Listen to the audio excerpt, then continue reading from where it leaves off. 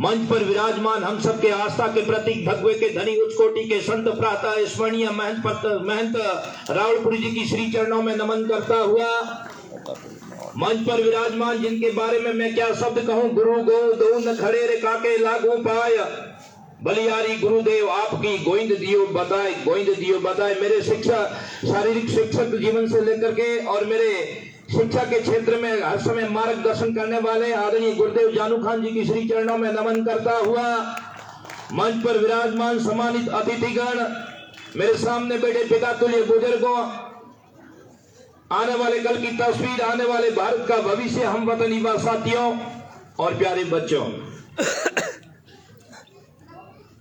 इधर आप कहानी बंद कर लो भैया। आज मैं धन्यवाद देना चाहूंगा जालम सिंह जी को कि 3 साल बाद हमें पुणे इस स्कूल में आपने बुलाया और हम लोग आपके बीच में हाजिर हुए। एक बेहतरीन प्रस्तुतियां देखी, जोरदार तालियां बजाइए उन कलाकारों के लिए, उन आर्टिस्ट के लिए जिन्होंने बेहतरीन अपनी कला का प्रदर्शन करते हुए हम सबको यह कला से मोहित करने का काम किया।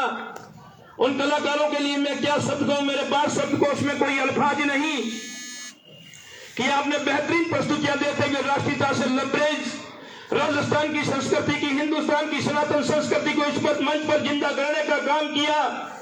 ऐसे कलाकारों का दिल की गहराइयों से हार्दिक स्वागत और आपका हार्दिक अभिनंदन करता हूं।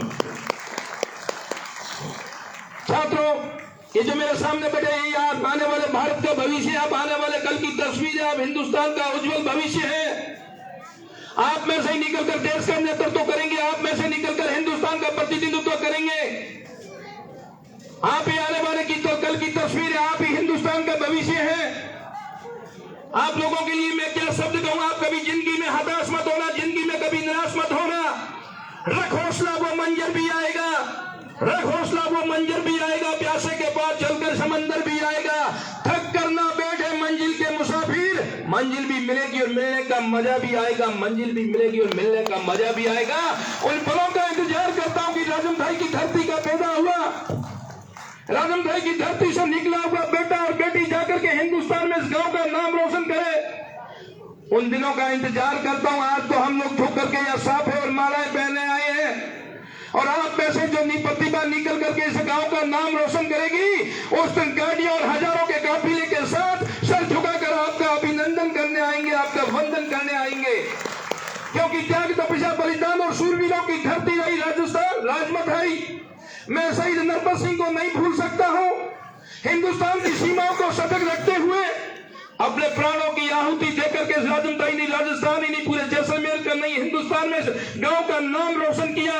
जिसने हंसते हंसते अपने सीने पे गोलियां खाते हुए इस गांव के नाम को स्वर्ण अक्षरों में अंकित करवाया। मुझे इस रावल माल की धरती पर गर्व होता है और गर्व आप पर भी मुझे होना चाहिए, क्योंकि आप ही पढ़ लिख करके इस स्कूल का नाम रोशन कर सकते हैं। बंधुओं,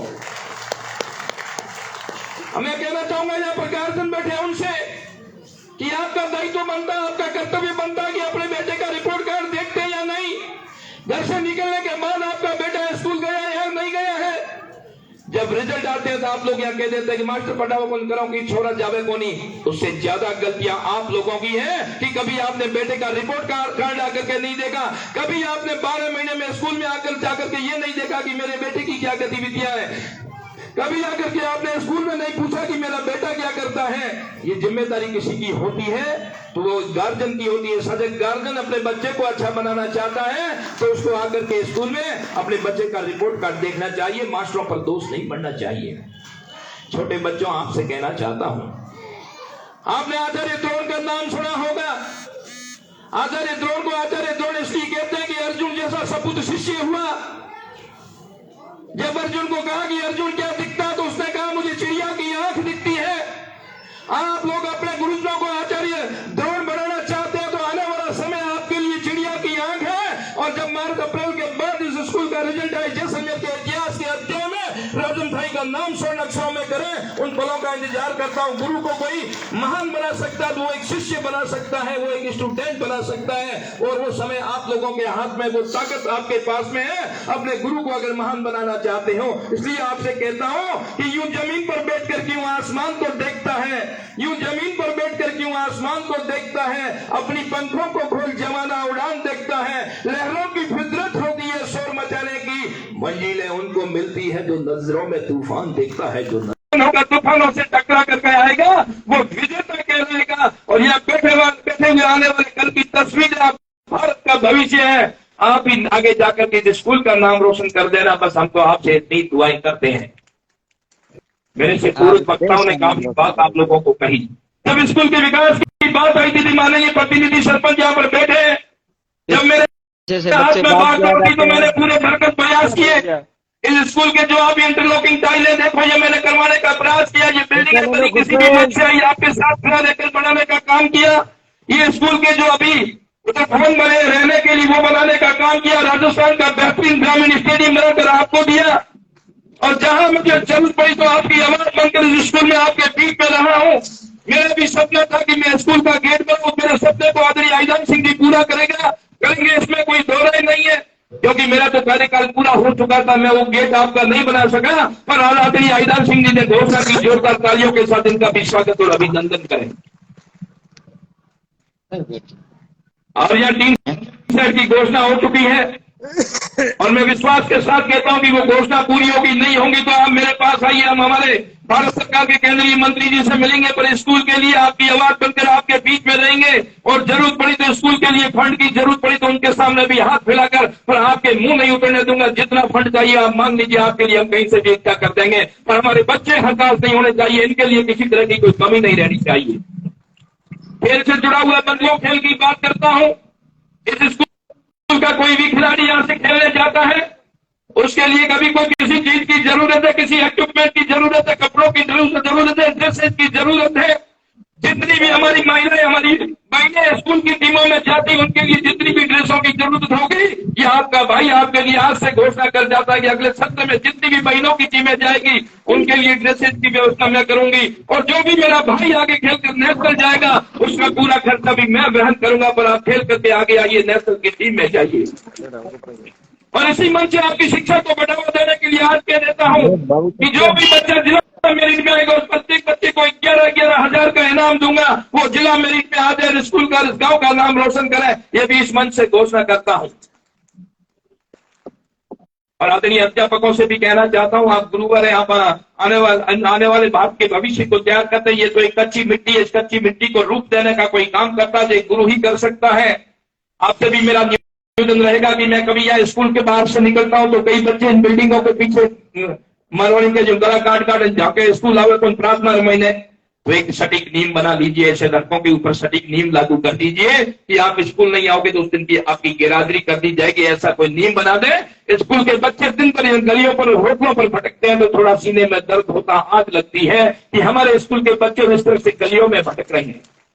काफी हद तक मैं आपके नियमों को भी देखता हूँ, अच्छी तरीके से फॉलो करता हूँ। मैं तो 3 साल बाद आज वापिस आया स्कूल में और हम स्कूल के लिए हमेशा अग्रिम पंक्ति में खड़े रहेंगे। और इस कार्यक्रम के लिए 11,000 रुपए की घोषणा मेरी तरफ से करता हूं। इस कार्यक्रम की निमित्त में आपको देता हूं और आप इस कार्यक्रम को और भी आगे भविष्य में हमारे लिए जैसा भी काम होगा आप आवाज देना। आपकी आवाज बनकर आपके बीच में खड़ा रहूंगा। जब भी स्कूल के लिए किसी चीज की जरूरत होगी, स्कूल प्रशासन आवाज दोगे तो आप मुझे अग्रिम पंक्ति में आपकी आवाज बंद करके खड़ा रहूंगा। हर समय आपकी समस्याओं के साथ खड़ा रहूंगा। पर इतना चाहता हूं कि शिक्षा के क्षेत्र में मैं समझता हूं, आपकी परेशानियों को भी समझता हूं, क्योंकि स्टाफ की कमियां हैं, स्टाफ पूरा है नहीं।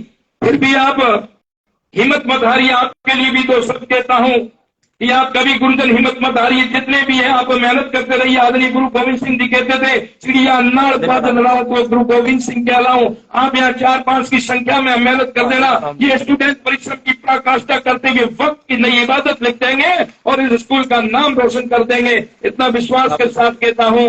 और मैं हमेशा कहता हूं, मंजिलें बहादुरों का अस्त्र के पाल करती है, मंजिलें बहादुरों का अस्त्र के पाल करती है, बुज्जलों पे तो रस्तों का खोप मार देता है। मैं उस माटी का वृक्ष नहीं जो मुझे नदियों ने सींचा है, मंदिर माटी से पलकर मैंने जीवन को मृत्यु से खींचा है। पत्थर पर लिखी इबादत हूं मैं, शीशों से कब तक तोड़ोगे, मैं मिटने वाला नाम नहीं, तुम मुझे कब तक रोकोगे, तुम मुझे कब तक रोकोगे। ये भारत का भविष्य कभी रुकने वाला नहीं है, ये आने वाले कल की तस्वीर है। क्योंकि ये देश पे चला जाता है तो सुखदेव, राजगुरु, भगत सिंह, कटुकेश्वर दत्त जैसे योद्धाओं की बदौलत पे चला जाता है। ये देश पे चला जाता है तो कोई कांड के हीरो हस्कुल्ला खान की बदौलत पे चला जाता है। ये देश पे चला जाता है तो महाराणा प्रताप, दुर्गादास, सूरजमल जी जैसे योद्धाओं की बदौलत पहचाना जाता है, ये देश पहचाना जाता है, तो नाचने गाने वालों की बदौलत नहीं पहचाना जाता है, जो जिसको हमारे युवा अभी आदर्श मानते हैं। एक तरफ बाल कटाते हैं, सूरजों की तरफ 8-8 जेबों की पैंटें पहनते हैं, उनकी जेबों को खंगाला जाता है लड़कों की, तो अंदर जाफरी और नटखट के दाने निकलते हैं। इनको पूछा जाता है भौतिकवाद के रास्ता में, कहते हैं युवाओं से कि तुम्हारा आदर्श कौन होगा, तो मुंबई में नाचने वालों का नाम बता देगा, हमारे आदर्श ये है। हमारा आदर्श कोई हो सकता है, महाराणा प्रताप हो सकते हैं, भगत सिंह हो सकते हैं, सुखदेव हो सकते हैं, राजगुरु हो सकते हैं, हमारे आदर्श हो सकते हैं, छत्रपति शिवाजी हो सकते हैं, हमारे आदर्श हो सकते हैं, तो हर्षुल्लाह खान हो सकता है। जब मैं 1925 के काकोरी कांड की बात करता हूं, तो काकोरी कांड के हीरो हर्षुल्लाह खान से पूछा जाता है, जब फांसी की सजा होती है कि हर्षुल्लाह खान आपका अंतिम इच्छा क्या है, वो भारत का 21 साल का बाका जवान कहता है कि मेरी अंतिम इच्छा है मेरी मां से मिलना। तब वो अंग्रेज कहते हैं कि दिस इज नॉट पॉसिबल, आपकी मां को हम कहां से लाए इस समय। तो कहता गोरे अंग्रेज, ये फांसी का फंदा लटक रहा है, ये मेरी मां है, मुझे इसको चूमने दे। और फंदे को चूम करके वो 21 साल का जवान फांसी पर हंसते हंसते चढ़ जाता है। और वो कहते हैं अंतिम समय में कि मेरी शरीयत, मेरी सुन्नत मेरी शरीयत में नहीं है, मेरी उसमें नहीं है कि मैं दोबारा पुनर्जन्म मांगू, शरीयत में नहीं है कि मैं पुनर्जन्म मांगू, पर मैं भगवान से दुआ करता हूँ, अल्लाह से दुआ करता हूँ कि मुझे पुनर्जन्म दे, तो हिंदुस्तान की धरती पर दे, और मैं आजाद हिंदुस्तान को देखना चाहता हूँ। मैं उस हर्षुल्लाह खान को हड्डी सलूट करता हूँ। बंधुओं, राजन भाई के लड़कों को कहीं उदाहरण खोजने के लिए जाने की जरूरत नहीं है। आपके सामने लखपत सिंह जैसा एक ऐसा उदाहरण है जो हिंदुस्तान की सीमाओं को सुरक्षित करते हुए देश के लिए बलिदान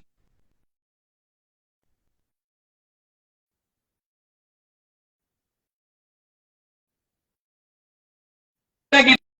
देश की सीमाएं माता के वस्त्रों के सम्मान होती है, और माता के वस्त्रों की रक्षा करना एक पुत्र का धर्म होता है, और पुत्र के धर्म का निर्वहन किया तो राजन भाई के लाल लखपत सिंह ने किया। बंधुओं, एक बार पुनः आप सभी का दिल की गहराइयों से स्वागत और अभिनंदन करता हूं, और बस आपके रिजल्ट का इंतजार करेंगे। आपका रिजल्ट आए उस दिन की घड़ियों का इंतजार करेंगे। पर जाते जाते आप बैठे हुए बच्चों के लिए इतना जरूर कह देता हूं कि जिंदगी में अगर कुछ पाना है तो हम स्वामी विवेकानंद जी के देश के रहने वाले हैं, जिसने अपने 3 शब्दों में पूरे विश्व को नतमस्तक कर दिया था। जब शिकागो सम्मेलन में स्वामी विवेकानंद जी ने शुरू किया और उन्होंने अपने मन से बोला कि मेरे प्यारे भाइयों और बहनों, तो पूरा विश्व नतमस्तक हो गया था। अंग्रेज खड़ा होता है, स्वामी विवेकानंद जी से पूछता है कि विवेकानंद जी, आपकी धोती है वो देसी है, आपका कुर्ता है वो देसी है, आपका साफा है वो देसी है, पर आपके पैरों के अंदर जो जूते हैं वो अंग्रेजी चमड़े के बने हुए हैं। वो हिंदुस्तान का लाल योद्धा सन्यासी कहता है कि बंधु, मेरा सब कुछ हिंदुस्तानी है, पर मैं अंग्रेजों को जूते के नीचे रखना चाहता हूं, इसलिए मेरे जूते अंग्रेजी चमड़ी के हैं। हम उस देश के रहने वाले हैं। जब कांडला पोर्ट से उतर करके स्वामी विवेकानंद जी हिंदुस्तान में प्रवेश कर रहे थे, हजारों अनुयायी स्वामी विवेकानंद जी के स्वागत में गए, तो स्वामी विवेकानंद जी के क्या शब्द थे कि बंधुआ आप रुक जाइए, मैं उन पाखंडियों के देश से आया हूं जहां कोई धर्म संस्कृति का कोई लेन देन नहीं है। मुझे पहले हिंदुस्तान की धरती के कण कण से, हिंदुस्तान की धरती के रजोकरण से मुझे नहाने दो, और खुद मुझे टच करो, आप भी पवित्र होंगे, मैं भी पवित्र होऊंगा। यह हिंदुस्तान की धरती ऐसी पवित्र धरती है जिसके लिए कहा जाता है, पतराया माथा बोलिया हाथों खांडा ले, धड़ जुड़िया वीर नारिया निपजावंडी धरती राजस्थान री। क्योंकि ये राजस्थान की धरती तो एक अनोखी धरती है। मैं तो बंधुओं वीर रस के कवियों को सुनता हूँ, इसलिए मैंने सुना जब एक छोटा सा बच्चा राजस्थान का इतिहास लिख रहा था, और इतिहास लिखते लिखते वो बच्चा थक गया, तो उसने कहा कि मैं क्या लिखूं इतना बड़ा राजस्थान का इतिहास। तो उसने 3 बातें लिखी, मान लिखा, सम्मान लिखा, पन्ना का बलिदान लिखा, चेतक की टापें लिख डाली, अगले पन्ने सब कुछ काटा और राजस्थान लिख डाला, राजस्थान लिख डाला। स्मार्ट धरा को नमन करता हुआ एक बार पुनः आयोजन करता हूं। स्कूल प्रशासन का दिल की गहराइयों से स्वागत अभिनंदन करने से पहले अपनी वाणी को विराम देता हूं। जय हिंद, वंदे मातरम। और एक जाते जाते इतना कहना चाहता हूं, यह काफी